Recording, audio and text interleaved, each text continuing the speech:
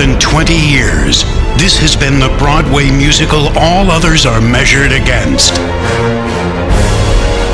A timeless story of forbidden love, undeniable passion, and an obsession that could never die. There is still only one. Phantom, Broadway's longest-running musical ever. Visit telecharge.com today.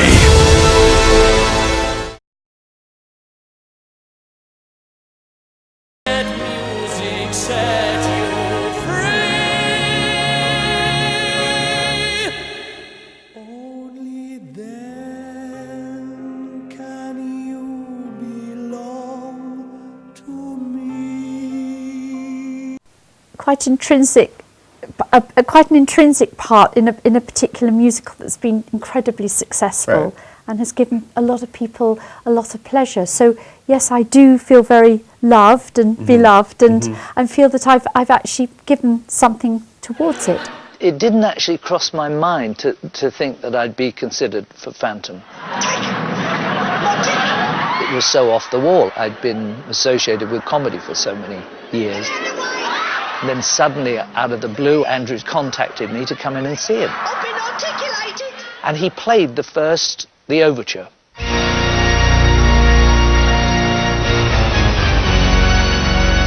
And the hair stood up on the back of my neck, and I could feel this man. I could just feel it.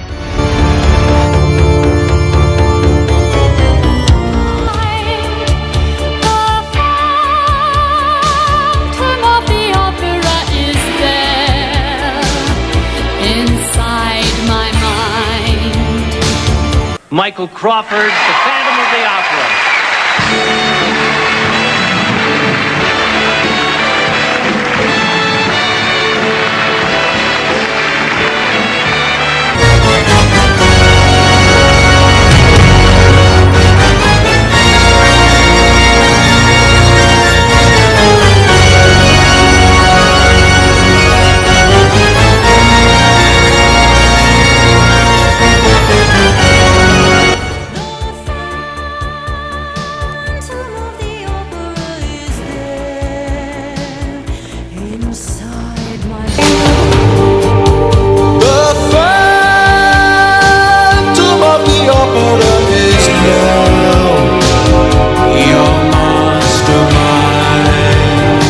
Finding the book in New York and reading it one afternoon and thinking, it's not the same as I remember it. It's not a sort of funny thing with somebody coming out, saying boo from behind a chandelier. It's actually about a romance. It's a love story. Yeah, it's a love story. Angel, my soul was weak, forgive me, enter at last, Master. Flattering child, you shall know me. See why in shadow I hide. Look at your face in the mirror. I am there inside. Whose is that voice? Who is that in there? I am your angel of music. Christine! Come to me, angel of music. I walked in and he was sitting on the couch and all he said was, "Shall we?" And I kind of thought, oh, okay, so I guess that's like the cue to sing in the Lloyd Webber household. So yeah, I nodded to the accompanist and I opened my mouth and I sang through the two biggest numbers in the show, and then he went, "Oh, that was good. I'm Andrew Lloyd Webber. Nice to meet you." Yeah, I think it's a very kind of emotionally difficult role to tackle, especially because she goes through so much and struggles so much between two men, and it's really kind of tortured emotionally at times, and very lonely and abandoned and vulnerable and manipulated because of it, but is also going through all these kind of dark, sensual attractions and feelings, and that can be very confusing for a girl kind of, growing up at the cusp of womanhood without a mentor. So yeah, it was, I just kind of, basically what I do was, I first tried to understand everything that she goes through. And then I just kind of threw myself down the rabbit hole and picked at a lot of wounds that I had. just stayed there for 6 months. Sing once again with me, a strange duet.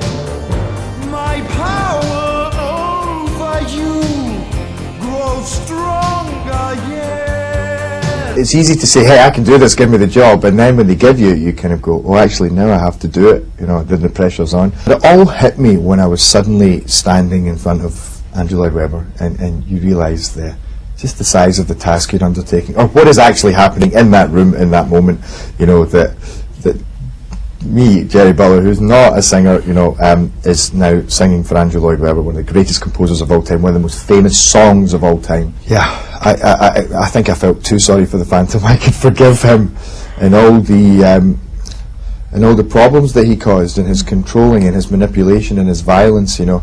I really, I think if you can have sympathy for your characters, if it works like that, then it's a really interesting way to explain why you do what you do, rather than just to do bad things, you know. Why is he doing what he's doing, you know? And if you take back his whole story and you realise what he has been through and what the world has done to him, I could understand why he did what he did. We had the great advantage, which of course we don't have in the theatre, of being able to cast a girl as young as Emmy. And I just remember thinking, you know, I'm never ever going to get this part. Because she was only 16 when she made the film.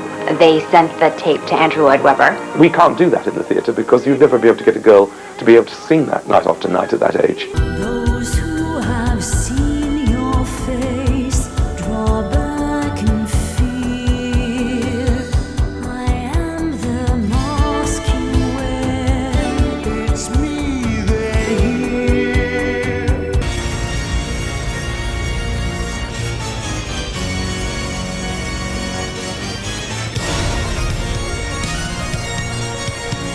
Phantom, an over-the-top spectacle. You've never seen it like this. Andrew Lloyd Webber's glittering musical. Las Vegas audiences can't keep their eyes off the Strip's most critically acclaimed hit. It's more than a show. Phantom, only at the Venetian.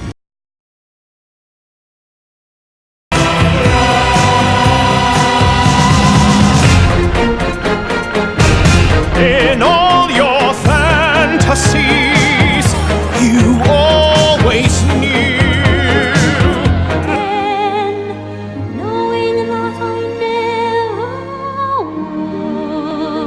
would, dreaming of you won't help me to. The Phantom 25th Anniversary Concert is going to be a once-in-a-lifetime experience. I think if you are a fan of Phantom, or if you've seen it a million times or a couple times or one time, or if this is your first time, how extraordinary to get to see this company, this spectacle, and knowing that all we're doing is celebrating an amazing work by Andrew Lloyd Webber. I trust her. Like you say you want to see us working together. Yeah. There's nothing more I would rather want, you know. Yeah. I love working with her, and creatively I feel so safe and inspired by her. Holding nothing but the empty air.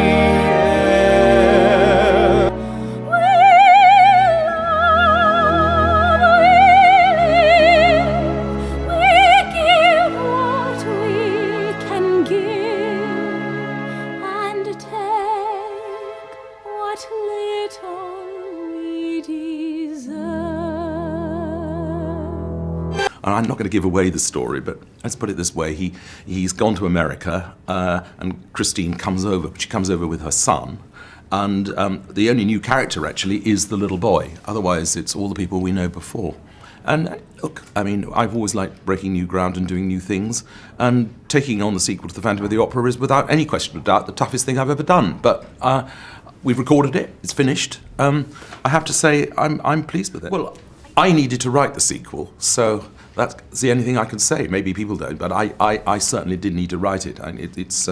I probably put more of my real musical soul into the new one than there is in the old.